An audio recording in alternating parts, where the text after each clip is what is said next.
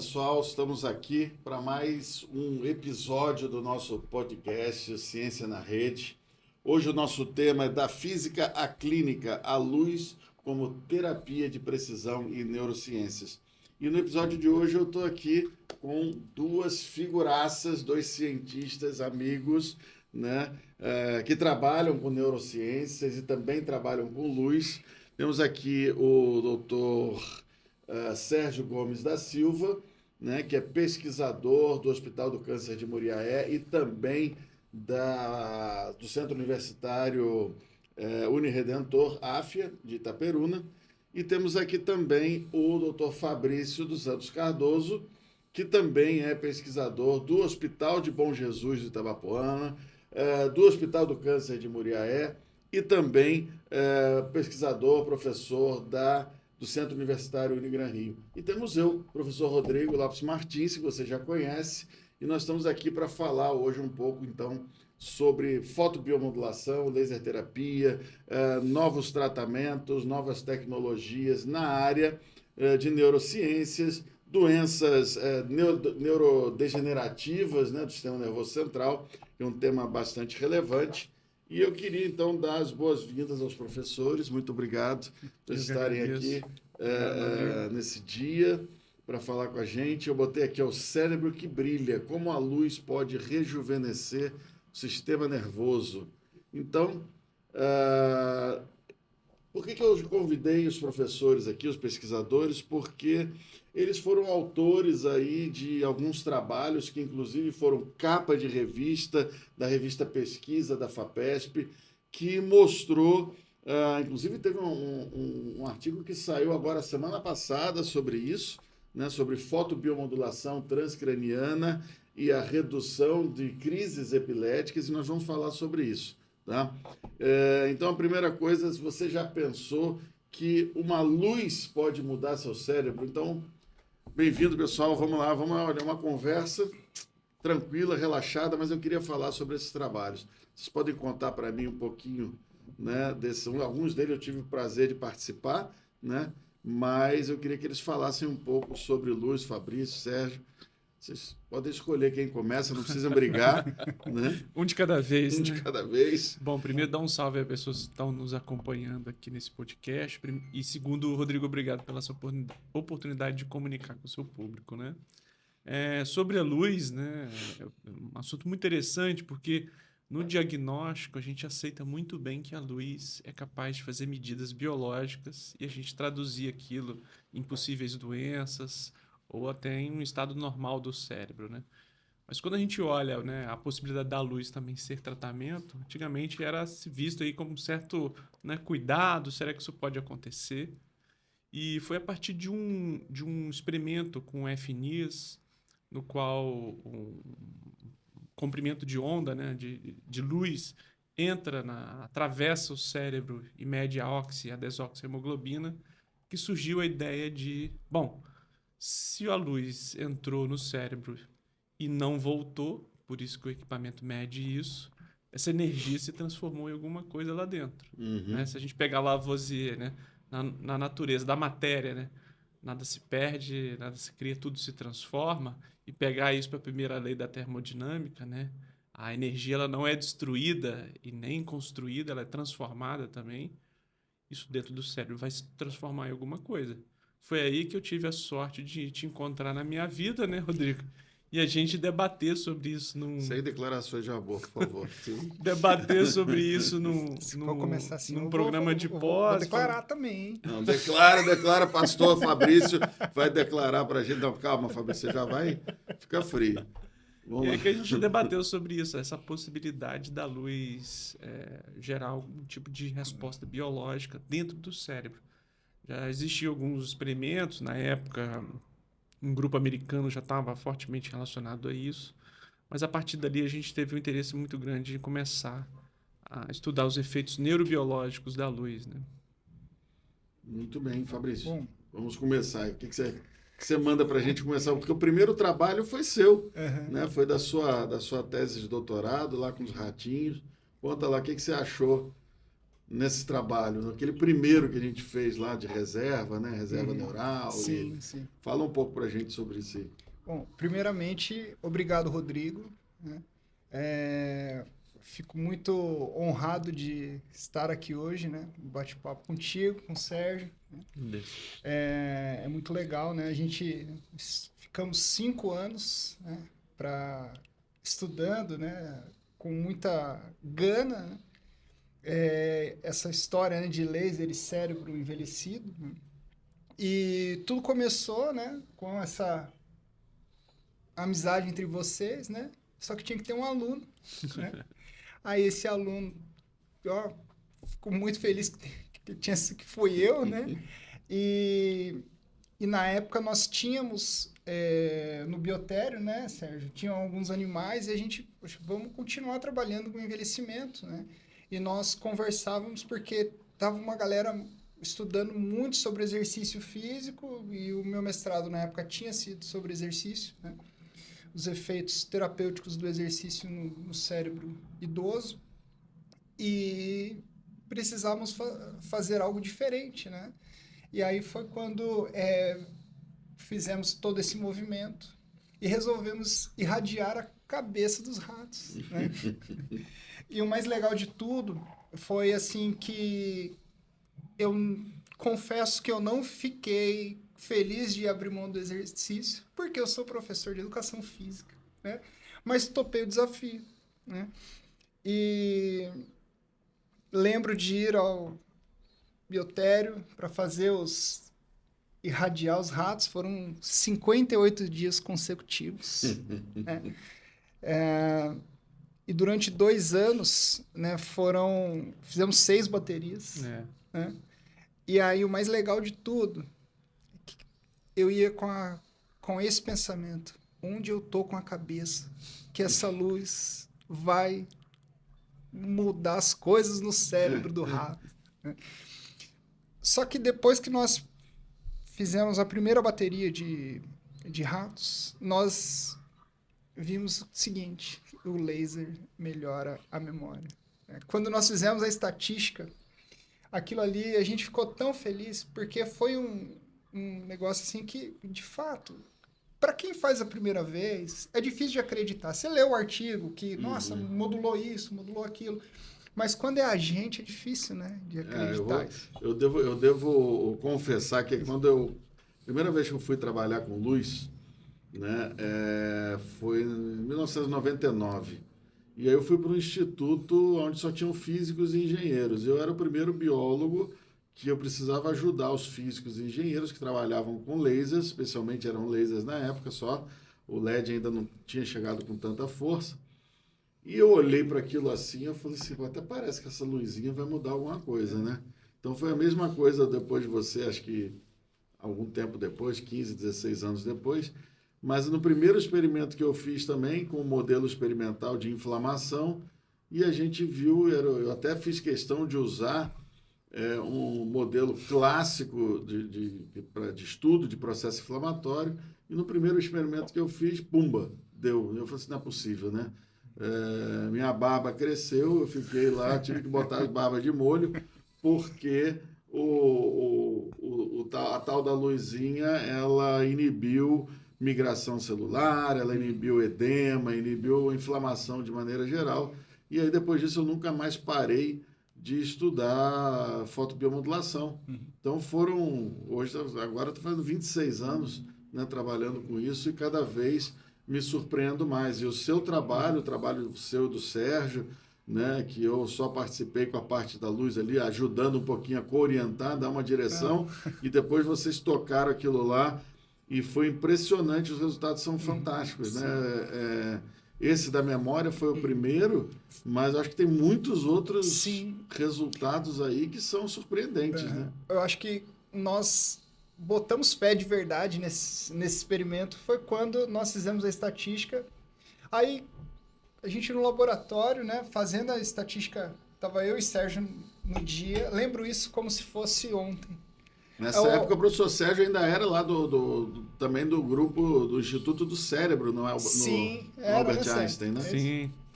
Foi interessante esse dia porque a gente gente começou a observar que o comportamento do rato idoso era muito parecido com o do rato jovem quando a gente irradiava com luz o cérebro desses animais.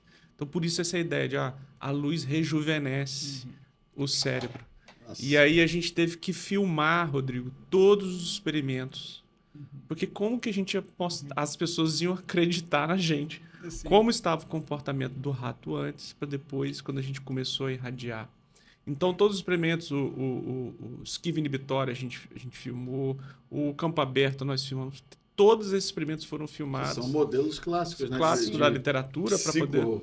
Até de psicofarmacologia. O de Barnes, né, de memória espacial, né? Acho que foi o nosso principal resultado, né? Foi o desempenho dos animais jovens que recebiam o tratamento com laser, os animais idosos, né? Nesse teste. Né? Então, a aprendizagem do animal, ela de fato foi mais rápida, né? Porque os animais idosos que recebiam o tratamento, eles aprendiam no mesmo dia do que os animais jovens, né? E aí depois, quando a gente fazia uma comparação, né, entre os grupos, tinha uma diferença significativa. E no último, nós não falamos isso, né? Mas no último, os resultados, os nossos animais, os idosos que recebiam tratamento tiveram um desempenho melhor do que o do jovem. Olha aí. Então, essa ideia de que, bom, se muda o comportamento, tem alguma coisa lá dentro que está acontecendo. E aí a gente passou uma série de experimentos para entender o que acontece no cérebro de um animal que recebe luz, que fundamenta ele e melhor em testes cognitivos e comportamentais. Na época, a gente viu que, do ponto de vista motor, não mudava tanto, mas cognitivo era o principal efeito, e por isso que a gente escolheu uma área do cérebro para investigar, que é uma área profunda do nosso cérebro, está no lobo temporal, que se chama formação hipocampal, que também, por um acaso, é uma região neurogênica. Todo dia a gente produz novos neurônios nessa região, e parece que com laser esse processo ele é acelerado, ele acontece com um certo benefício para aquele animal que é idoso, que tem uma certa deficiência da produção dessas células. Isso é uma coisa interessante, porque a fotobiomodulação ela já tem essa característica de aumentar a proliferação celular, né? Então, isso já não seria totalmente estranho, né? A grande coisa é que, assim, olha, nunca se tinha visto isso em neurônios, né? Então, isso é realmente bastante impactante, porque quando a gente fala de cognição, você fala assim, caramba, né? Tem várias doenças aí que afetam as características, vamos dizer, nossa capacidade cognitiva. Eu queria que vocês falassem um pouco assim sobre possíveis correspondências que a gente pode fazer, né, num tratamento como esse. Eu até comentei com vocês, né, fora aqui, antes da gente começar a gravar, sobre um seriado americano. Eu gosto muito porque eu vejo assim, quando alguma coisa, alguma tecnologia, alguma coisa aparece num seriado americano, é porque o negócio já está realmente funcionando. E há uns anos atrás eu estava assistindo um seriado, um enlatado americano, que é o dos fuzileiros navais, lá o SEAL Team, e um soldado tinha tido um trauma crânioencefálico e ele estava tendo uma série de comprometimentos cognitivos, e aí ele pede para o médico receitar para ele fotobiomodulação transcraniana, né? Então, assim, eu fiquei assim, caramba, né? Olha aí que a coisa já está difundindo, né? Tem outros pesquisadores fora do Brasil também, mas o trabalho do Sérgio e do Fabrício aqui, ele foi capa da revista FAPESP, né? A revista FAPESP hoje no Brasil é a revista mais importante de pesquisa que a gente tem. E esse trabalho, na verdade, a gente já tinham 4 publicações na época, quando saiu na FAPESP, eu acho, né, em revistas bastante prestigiosas. E qual a relação que a gente consegue fazer com que doenças, assim, pelo menos assim, até então, nessa parte, eu sei que tem esses resultados novos que eu queria comentar, que vocês comentassem também das crises convulsivas, epiléticas, né? Mas nesse ponto, assim, da cognição, o que a gente consegue relacionar? Quer começar, Fabrício? Não. Pode? nós fizemos um ensaio de inflamatório, né? Então, nós avaliamos várias citocinas, né, moléculas relacionadas à resposta inflamatória. E aí nós vimos que o laser, ele modulava, né, alguns marcadores, aumentavam alguns, reduziam outros, né? E marcadores que pró e anti, né? Por que nós fizemos isso, né? Porque durante o envelhecimento, né, tem um desequilíbrio, né, né, inflamatório. E aí vinha o caso, né? Nós conhecemos, né? O Sérgio já conhecia o Dr. Bruno, e o Bruno resolveu colaborar conosco, né? Não só com esse ensaio, mas também com outro que nós investigamos a metabolômica, né? Mas Aliás, depois já você vai falar isso daí, que isso daí é alta tecnologia. Vamos lá. Sim, mas especificamente, quando nós fizemos uma análise de inflamação, nós observamos que o laser, ele, tanto no córtex quanto no hipocampo, né, ele melhorava, né, aumentava a expressão de moléculas anti-inflamatórias, né, e reduziam as pró-inflamatórias. Né? Ou seja, e esse perfil, né, esse desequilíbrio de pró e anti-inflamatório, né, ele é observado em várias doenças neurodegenerativas, né, principalmente com a doença de Parkinson, a doença de Alzheimer. Alguns estudos também já mostram, né, nós não tivemos ainda, não conseguimos ainda investigar as alterações do laser no Alzheimer, né? Mas quem sabe, né, no futuro a gente tem essa possibilidade. Vocês publicaram uma revisão sobre isso, né? Publicamos também. Né? E aí onde a gente mostra que em alguns experimentos, né, que o laser ele aumenta, ele altera a morfologia da célula do cérebro e também aumenta níveis de por exemplo, do BDNF, né? Que é uma molécula que, se você tem muito dela, significa que você tem alto poder cognitivo, né? É o fator neurotrófico. É o fator neurotrófico, né? isso. Se você levar em consideração que um dos maiores problemas do cérebro idoso é que ele está inflamado, se você comparar o cérebro idoso e com o cérebro jovem, a principal característica é que o cérebro idoso ele é inflamado. Uhum. Então, a estratégia terapêutica é desinflamar o cérebro idoso. Com drogas, a maioria das drogas não atravessam a barreira hematocefálica para agir de forma anti-inflamatória. Então, você tem estratégias como hábitos de vida.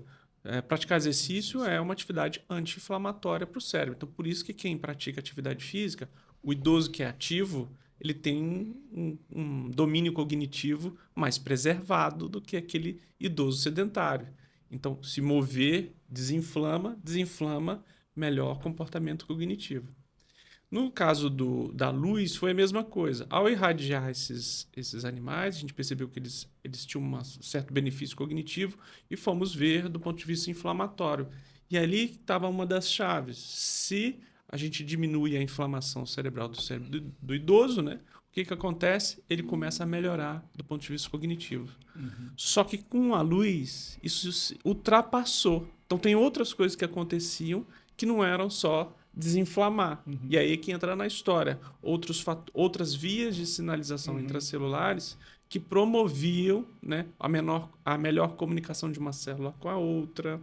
Né? A gente encontrou, por exemplo, né, como é que a luz entra no cérebro e como é que ela gera energia. Né? Então, você tem um cromóforo que, né, por exemplo, a citocromo C oxidase, que absorve aquilo e gera uma cascata de reações que muda aquela célula e gera mais energia. Os metabólitos ali são alterados provavelmente, aí que surgiu essa história, né? Também vamos investir nos metabólitos para ver se a gente encontra marcadores para fundamentar o efeito biológico da luz.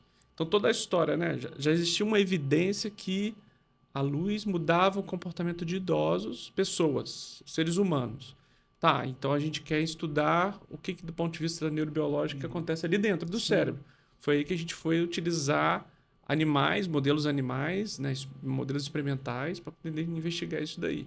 E a gente deparou com essa notícia boa. Não é só que desinflama. Acontece uma série de outros eventos ali que são capazes até de curar doenças do cérebro, né? E só fazendo um paralelo que você comentou anteriormente, bom, mas como é que isso se correlaciona com os humanos, né? Então você veja, a gente está mostrando que tem uma série de benefícios cerebrais, utilizar laser aí durante 1 minuto por dia, né? Como é que você vai explicar isso para a pessoa? 1 minuto de radiação, uma série de benefícios? Sim, porque aqueles efeitos depois da luz, eles perduram durante um tempo. E aí por isso a necessidade da gente sempre aplicar, mesmo que seja 1 minutinho, né? Aquilo pode ser diário, pode ter um espaçamento de dias, que é uma coisa que o Dr. Fabrício está testando agora, né? Será que uma vez por semana já é suficiente para gerar benefícios para pessoas, para idosos? Isso que ele está investindo. Legal, porque isso é interessante, até porque a gente, até pouco tempo atrás, a gente não tinha até equipamentos, vamos dizer assim, mais adaptados para esse tipo de coisa, né? Eu até queria destacar, a gente tem um parceiro de pesquisa que é a Zelotec. Zelotec é uma empresa nacional que tem trazido para a gente aí também algum apoio para pesquisa, no meu caso, e eles trouxeram agora para o mercado um grande painel de LED, né? A gente tinha outros painéis aí no Brasil já, mas com potência muito baixa. E a gente, você bota um painel, né? Ao invés de você fazer uma irradiação pontual, né? Que você tem que fazer uma a uma e gastar um tempo, né? O painel ele já vai pegar uma área maior, e só que faltava potência. Né? Porque assim, a gente pensa fazer uma irradiação transcraniana, você precisa ter uma potência um pouco maior, senão você não vai atravessar osso. Né? E aí eu queria destacar o apoio que a Zelotec está dando para a gente, inclusive nesse podcast, né? Porque ela está trazendo para o Brasil um equipamento que chama Skin LED, que é uma revolução, né? E a gente pode usar sobre isso. E aí eu fico pensando, olha, será que eu devo usar? Porque além da fotobiomodulação, não só laser, mas LED também, né, que a gente fala bastante. O LED hoje a gente sabe que ele tem praticamente assim, praticamente não, diria os mesmos efeitos do laser de baixa potência. Alta potência é outra coisa, mas na baixa potência, todos os trabalhos que tentaram desqualificar o LED em relação ao laser falharam. Hoje a gente não tem nenhum trabalho na ciência, trabalho científico, que mostre que o laser é melhor que LED. E aí a gente tem equipamentos de LED que a gente consegue dimerizar melhor, variar a potência, ter outros comprimentos de onda, então é uma coisa interessante, né? E eu fico pensando se não seria a gente colocar na nossa agenda, né, da mesma forma que, por exemplo, as mulheres vão fazer as unhas uma vez por semana lá, a gente ter a nossa sessão de fotobiomodulação, né? Porque realmente, agora recentemente a gente publicou um trabalho também mostrando que a luz, ela não é nem que ela seja anti-inflamatória, ela, na verdade, ela acelera o processo de resolução da inflamação, né? Então, um trabalho que eu fiz com o professor Rodrigo Labate, lá da Universidade 9 de Julho, que nós perseguimos isso, eu acho que desde 2004. E agora, recentemente, a gente finalmente conseguiu identificar que a luz é capaz de aumentar a expressão de lipoxinas e resolvinas, que são substâncias que resolvem o processo inflamatório. Mas quando você fala da metabolômica, eu sei que você foi para vários lugares para fazer essas coisas, né? Sim, isso foi por intermédio também do Dr. Bruno. Né? Se ele está assistindo, um abraço para ele. Fala o né? sobrenome dele, Bruno. Bruno Araújo, né? Araújo. Bruno Araújo. Da onde que é o Bruno? O Bruno, hoje, ele está na... Ele está na John... foi para os Estados Unidos para trabalhar na John Hawkes e depois foi para uma empresa americana com nome alemão super difícil de soletrar, então acho que eu não vou me arriscar. Então, e aí você foi para o laboratório lá do Synchrotron? Sim, na época, o Bruno estava trabalhando lá no CNPEM. No CNPEM, lá em Campinas. Lá em Campinas. E aí foi a porta que precisava ser aberta para a gente realizar outros experimentos. Né? E aí esse experimento era a metabolômica. Então a gente conseguiu identificar tanto em córtex e hipocampo, os 50 metabólitos, né, entre eles aí proteínas, né, que aí a gente conseguia interpretar esses dados como um perfil. Então a luz muda o perfil. Muda. Olha que interessante. No córtex, especificamente nessa região, nós observamos o seguinte. Quando a gente fazia as análises desse perfil, era muito semelhante a característica do córtex do rato que era irradiado, né, do córtex do rato idoso que era irradiado, com o dos ratos jovens. Eles ficavam todos, né, era muito semelhante o perfil. E aí o perfil do rato idoso, que não tratado, ele estava afastado dele, né? Uhum. E isso nós observamos no córtex. No hipocampo, nós já não observamos esse efeito, né, Sérgio? E aí a gente acredita que esse efeito, né, ele é do laser, ele é superficial. Né? E assim, e foi o mesmo protocolo, tá, que nós utilizamos, que modulou a memória, modulou esses outros marcadores que nós falamos. E você foi para o Texas também fazer isso, né? Passou um tempo lá? Fui. Você foi bolsista FAPESP, não CNPq? FAPESP. Fui bolsista FAPESP. Lá fiquei um ano, praticamente, no laboratório do professor, né, do Dr. Francisco Gonzalez Lima. Gonzalez. E aí, eu lembro que foi em 2020 que eu cheguei lá, depois de 10, 15 dias, estourou o negócio da pandemia, até parecia que era o culpado, né? Porque eu cheguei, estourou todo o negócio. Lá? Lá. Não, você levou a pandemia pro Texas. A culpa era minha. Mas, enfim, eu não consegui participar dos experimentos dele, porque na época ele já estava fazendo esse tratamento em humanos, né? E ele então tinha ele interesse... está usando isso lá em humanos já. Tá, tanto é que em 2021 ele publicou um estudo muito interessante sobre laser e no cérebro idoso, né? Ele viu essa melhora cognitiva em indivíduos idosos lá, né? E aí só que teve que parar tudo. Por causa da pandemia. Por conta da pandemia. E aí, quando ele me acolheu, né, por conta desse projeto que nós iríamos realizar lá, o laboratório dele fazia tempo que não utilizava, né? E no fim das contas, só o único que ficou funcionando era esse daí, porque era estudo com animais, então a gente podia continuar tocando os experimentos, né? E lá a gente identificou a atividade da mitocôndria, né? Da CCO, né? Da citocromoceoxidase. Aí nós vimos o seguinte, que ela melhorava essa ativação, né, no cérebro do rato idoso, né? E a mitocôndria, como o Sérgio falou, né, como a CCO, ela capta a luz, né? É o que mais tem na literatura, né, que assim, é aquela história, né, da mitocôndria capta a luz e aí após isso tem aqueles efeitos que, né, aumento do BDNF, modula a arborização dendrítica, que foi um outro experimento que nós realizamos, né?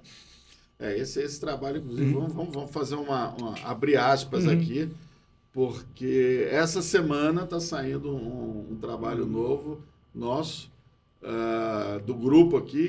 Toca aí. Cara, esse trabalho é uma nova hipótese médica, né? Veja, essa pesquisa baseada em evidência é muito interessante. Algumas pessoas vieram falar comigo que estavam usando fotobiomodulação em casos de intercorrências com toxina botulínica, né? Quando ocorre paralisia e tal.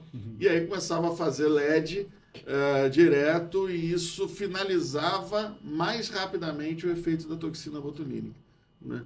E eu fiquei pensando naquilo, pensando o que pode ser, porque não é um problema vascular, não é nada. E aí eu lembrei do seu trabalho, né? Esse que você acabou de mencionar, com aumento aí de formação de terminações nervosas, né, dendríticas e tal. E aí nós nos reunimos em grupo e discutimos que talvez uma possível ação da fotobiomodulação fosse, no caso da toxina botulínica, né, para finalizar o efeito, a formação de novas terminações nervosas, porque aquelas que haviam sido bloqueadas pela toxina iam demorar ali 3 meses para ter essa reversão, né? E aí esse trabalho foi aceito também agora numa revista internacional de bom impacto, né, Fabrício? Uhum. E como uma nova hipótese médica, por que a fotobiomodulação consegue finalizar, segundo as evidências clínicas, porque é um trabalho que veio da evidência clínica, né, que demonstrou isso, e a gente não estava entendendo como. E a partir desse seu trabalho, né, nós conseguimos fazer essa correlação. E o trabalho, para quem está nos assistindo, acho que quando esse podcast chegar aí no canal, ele provavelmente já vai estar disponível. E eu vou colocar aqui, deve estar aqui, ó, já vou fazer assim, ó, né? Clica aqui embaixo que eu vou botar o link do trabalho, porque ele já está saindo. Acho que rapidamente ele vai estar online aqui para o pessoal acessar, com acesso livre, né? Porque a gente conseguiu a publicação dele para que todos pudessem ter acesso. E eu queria perguntar também ao professor Sérgio aqui do trabalho das convulsões. Sim, é um trabalho muito interessante, porque a partir do momento que a gente viu que, né, a gente atravessou a lei da conservação de energia, agora estamos entrando na lei da conservação da matéria, vamos dizer assim. Ou seja, a luz está gerando não só reações químicas que geram metabólitos, que foi o que a gente mediu. Não, ela está mudando a estrutura do cérebro. Então, existe uma arborização dendrítica, mais células se proliferam, fazem mais comunicações. Bom, e a gente se perguntou, bom, então isso daí pode servir até para fazer o controle de algumas doenças. No nosso caso, que a gente investigou foi a epilepsia, né? Epilepsia é caracterizada por uma geração de crises espontâneas, tá? Essas crises são decorrentes de atividade elétrica anormal do cérebro, que é síncrona né, e que ocorre de uma maneira em locais específicos, e aquilo gera um certo comportamento. Elas podem ser parciais, se acometer só um local específico, ou generalizadas, se aquilo se espalha pelo cérebro. Mas, de certa forma, tem sempre um foco epileptogênico. Então, já que a gente conhecia, né, que o laser atua numa área do cérebro que é muito comum de ser estudado para foco epileptogênico, nós nos perguntamos, bom, será que esse benefício consegue tratar a epilepsia? Então, nós usamos um modelo animal de ratos induzidos à epilepsia do lobo temporal através de uma droga chamada pilocarpina, que ela é muito utilizada em rituais xamãs, né? Por isso que em algumas tribos brasileiras, né, a prevalência de epilepsia é alta, porque provavelmente a droga está induzindo a doença. Mas isso é uma outra história para um outro dia. Mas a gente testou esse modelo e o que a gente observou? Existiu uma redução da frequência de crise nesses animais quando tratados com laser. Então, a luz também é anticonvulsivante. Isso aí é demais, né? Provavelmente porque naquele desbalanço entre excitação e inibição, a luz está controlando isso. Provavelmente porque aumenta a inibição também, e aquela excitabilidade desordenada, ela puxa para o normal. Então isso que poderia ser um resultado interessante aí. Lembra que eu queria ressaltar um trabalho que saiu esse mês também, quase concomitante com esse trabalho de vocês, que foi o brasileiro. Gente, eu queria destacar que assim, o Brasil é o campeão de publicações científicas, é o país que mais faz pesquisa com fotobiomodulação no mundo. Nós estamos na frente de Estados Unidos, Índia e China, e os 3 países juntos aí não dão o número de publicações científicas que o Brasil tem em fotobiomodulação. Então, a gente tem orgulho de dizer que, pelo menos nisso, nós somos os primeiros do mundo. Você acredita em pesquisa? E saiu um trabalho que eu participei também do professor Rodrigo Labate, que mostra aumento de GABA. Sim. né, do ácido gama-aminobutírico. Isso pode ter relação com a... O principal neurotransmissor inibitório no cérebro é o GABA, o ácido gama-aminobutírico. Uhum. Na epilepsia ele está diminuído, ou porque aumentou muito a excitabilidade, ou porque por algum motivo ele reduziu. Então, as drogas anticonvulsivantes, em boa parte delas, aumentam o GABA. A gente está aumentando o GABA, né, se for o caso desse trabalho, necessariamente com luz, não com uma droga induzida. Isso, é verdade. Você vê que, olha como é que é. Cara, a pesquisa é fantástica, né? Você vê que o trabalho do Labat lá em São Paulo, né, mostrou aumento de GABA, vocês mostraram redução de crise convulsiva, e aí o ciclo fecha, né? Sim. Porque a gente mais ou menos consegue formar, acho que a gente podia escrever um trabalho, uma revisão sobre isso, fazendo esse... Sim. montando esse panorama, um mapa conceitual, alguma coisa assim, mostrando, e até mesmo, eu não sei, aí eu não sei se tem relação, mas quando a gente faz a irradiação sistêmica, que o pessoal chama de ILIB, eu chamo de TLIB, né, porque é transcutâneo, o ILIB é intravascular, então acho que o nome correto seria TLIB, a gente tem sono. Então, uma coisa interessante, tem um trabalho que vai sair nosso, que a gente avaliou a variabilidade de frequência cardíaca, variabilidade RR, e vê um tônus parasimpático aumentado. Mas eu não sei, como eu não sou da área de central, de neuro, se essa irradiação do sangue circulante, uma irradiação periférica, poderia talvez gerar um efeito como esse, e aí a gente tem um retorno também.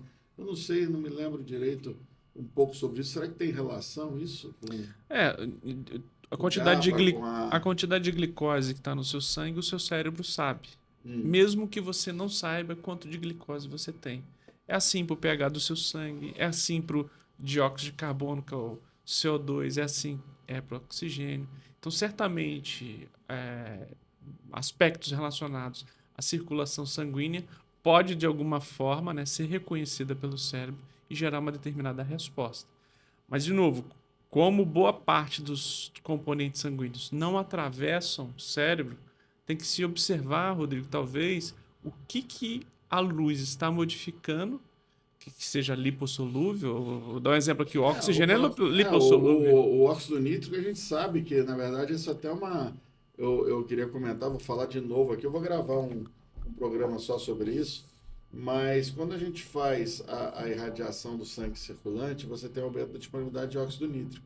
E isso foi uma coisa que não sou eu que estou falando, até as pessoas falam que o pai da fotobiomodulação foi o André Mester, húngaro, né, com os trabalhos de reparo tecidual. Eu até falo que não, porque não foi realmente.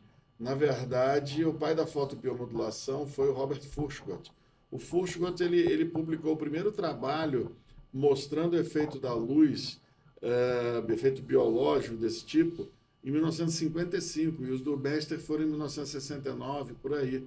Então, quase 15 anos antes, o Furchgott, que foi prêmio Nobel de Medicina... Isso, né? Foi o da janela? Foi da janela, aquele da janela. E ele trabalhava com artérias isoladas e tal, e quando ele viu isso, ele trabalhava com blackout na janela e com a luz apagada, porque alterava os efeitos sobre as artérias, né? E ele demonstrou isso, ele publicou no PNAS, publicou no British Journal of Pharmacology, várias revistas de alto impacto, e depois do sangue também isso foi demonstrado, que tem pelo menos 3 mecanismos diferentes de que a irradiação do sangue circulante libera óxido nítrico.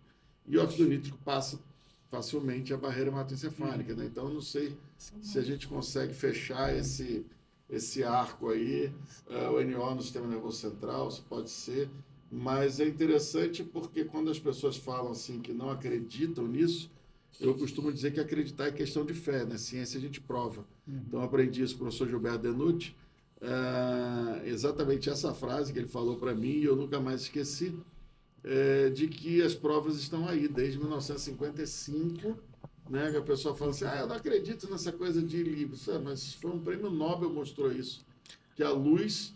Tem até o lactato, né? O produto final de metabolismo, se há uma reação ali, vai gerar um metabólito.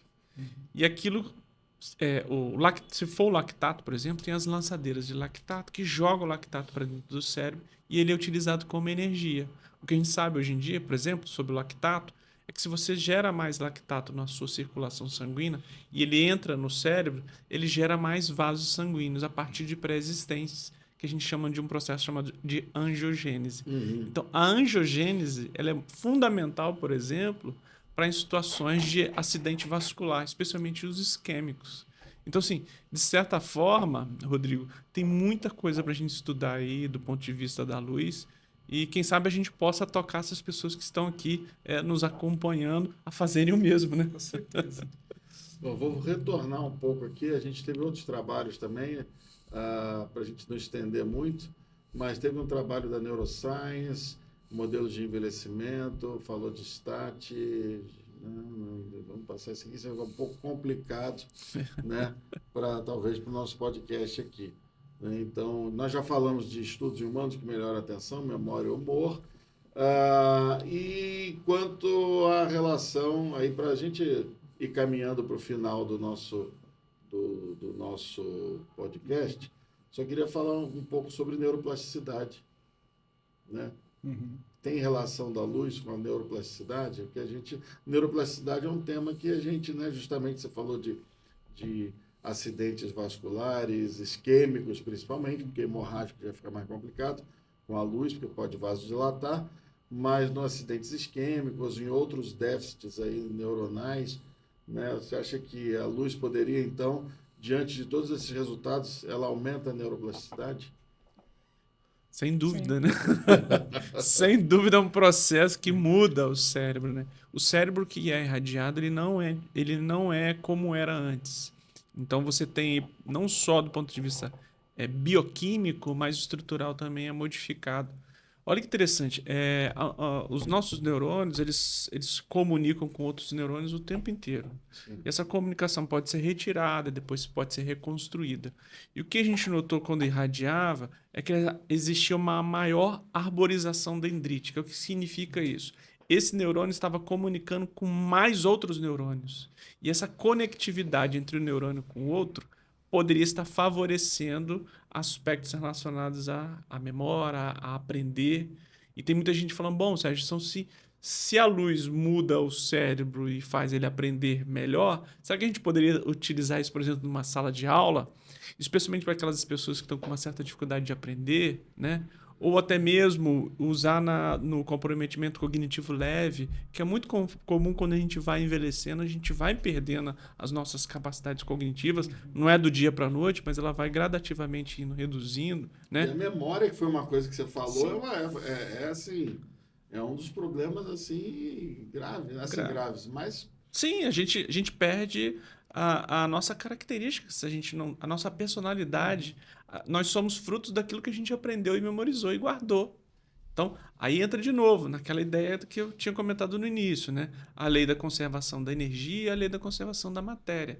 Os dois estão relacionados com luz. Então, quando a gente fala de neuroplasticidade, dessas mudanças que ocorrem no cérebro para tratar doenças, para você aprender algo novo, faz total sentido estudar a luz e até aplicá-la, né? Que é o que a gente está recomendando hoje em dia. interessante, hein? Interessante. E Eu outra, não. E tem vários estudos que mostram essa plasticidade assim, em diversas condições, né? Até aquele estudo que a gente leu bastante você conhece, do Oron? O Yuri Yuri lá de Israel, ele é conhecido meu. Ele fez um estudo com um animal um modelo de traumatismo. E aí, quando foi analisar a estrutura, né, o cérebro desse animal, né, do que foi tratado com laser, do que não foi, o tamanho do dano, ele foi assim, foi reduzido. Muito legal. Vê E assim, não só no cérebro, tá, Fabrício? Ele fez, o Oron fez esse trabalho também em lesão de reperfusão, de isquemia e reperfusão cardíaca. legal. Então, além do cérebro, essa redução de área de lesão num evento isquêmico, ela acontece realmente com a luz, né? Mas muito bem. Então, assim, para o nosso fechamento aqui hoje, vou fazer uma recapitulação rápida. A luz tem mais poder do que imaginamos, né? Não só para iluminar ambientes, mas também para reacender um potencial do nosso cérebro.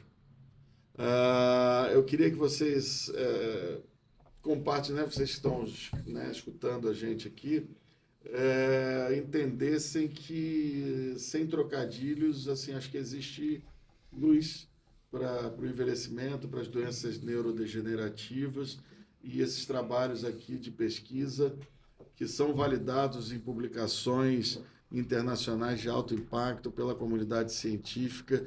Não é achismo, não é nada de alternativo. Eu já escutei as pessoas falarem assim, esse é tratamento alternativo. Eu falo assim, a gente tem uma limitação muito grande. Por exemplo, eu sempre falo, na faculdade de medicina, o médico em si, ele só tem, em termos de terapêutica, farmacologia. Então, ele acaba criando uma resistência muito grande àquilo que não é medicamento. Né? Então, assim, mas estou aqui com 2 grandes pesquisadores que trabalham com o sistema nervoso central e que estão falando para a gente que luz não é remédio, mas funciona e está validado cientificamente em grandes publicações, em grandes revistas, né?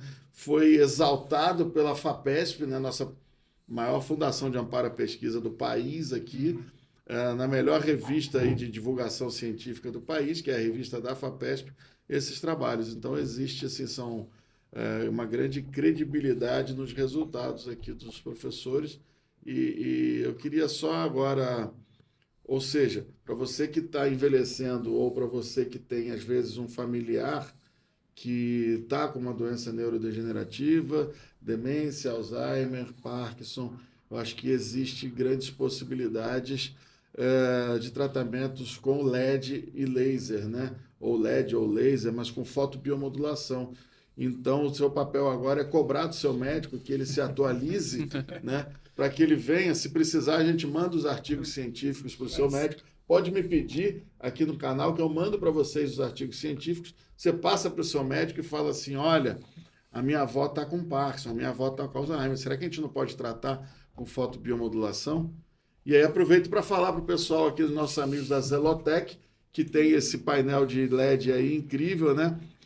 Vamos focar na terceira idade também, nas neurodegenerativas, que o equipamento que vocês trouxeram aí para o público, o Skin LED, que veio inicialmente até para uma área mais dermato, eu falo para vocês, vamos focar no cérebro, porque isso é um grande filão. Eu queria deixar, então, só pedir para os dois, abrir, se vocês quiserem deixar uma mensagem aí de encerramento do nosso episódio de hoje.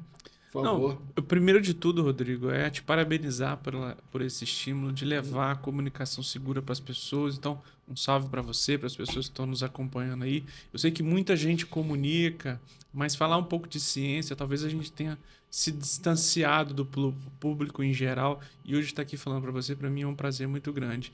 E sobre os efeitos da luz, né? Ele não é um efeito só neurobiológico, é um efeito psico-bio social, né? Ou seja, os indivíduos, né? A gente não tem que pensar nas doenças quando a gente vai tratar, só tratar a doença e o indivíduo voltar para casa com outros problemas sociais e psicológicos decorrentes do tratamento. E quando a gente olha para a luz, parece que ela resolve outras coisas também. E é isso que eu gostaria de deixar de mensagem final para vocês. Legal. Só levando em consideração o que o Sérgio falou, semana passada eu peguei uma revisão que saiu recentemente sobre laser e aí o autor fez um compilado lá dos resultados e mostrava que o laser ele melhorava ansiedade, depressão, o estresse. Inclusive, o estudo do professor do Dr. Gonzalez Lima, que a gente ainda tem colaboração com ele, né? Sim. Até hoje. Foi um dos primeiros estudos que mostra, aquele de 2013, que mostra que o laser melhora o humor das pessoas. Pois é. Então, se você tem uma sogra rabugenta, pessoal que está assistindo, fala para ela fazer laser. Ou usa o painel de LED aí. E aí, só para deixar uma graça aqui para vocês, não é magia, é tecnologia. Então, valeu, obrigado, Valeu. pessoal. Esse é o nosso Ciência na Rede. Como o professor Sérgio falou, a ideia desse movimento é trazer informação relevante e principalmente confiável para o profissional e para o paciente, para a população em geral. Então, fica de olho aí que a gente vai ter vários outros episódios desse tipo aqui. Obrigado, valeu!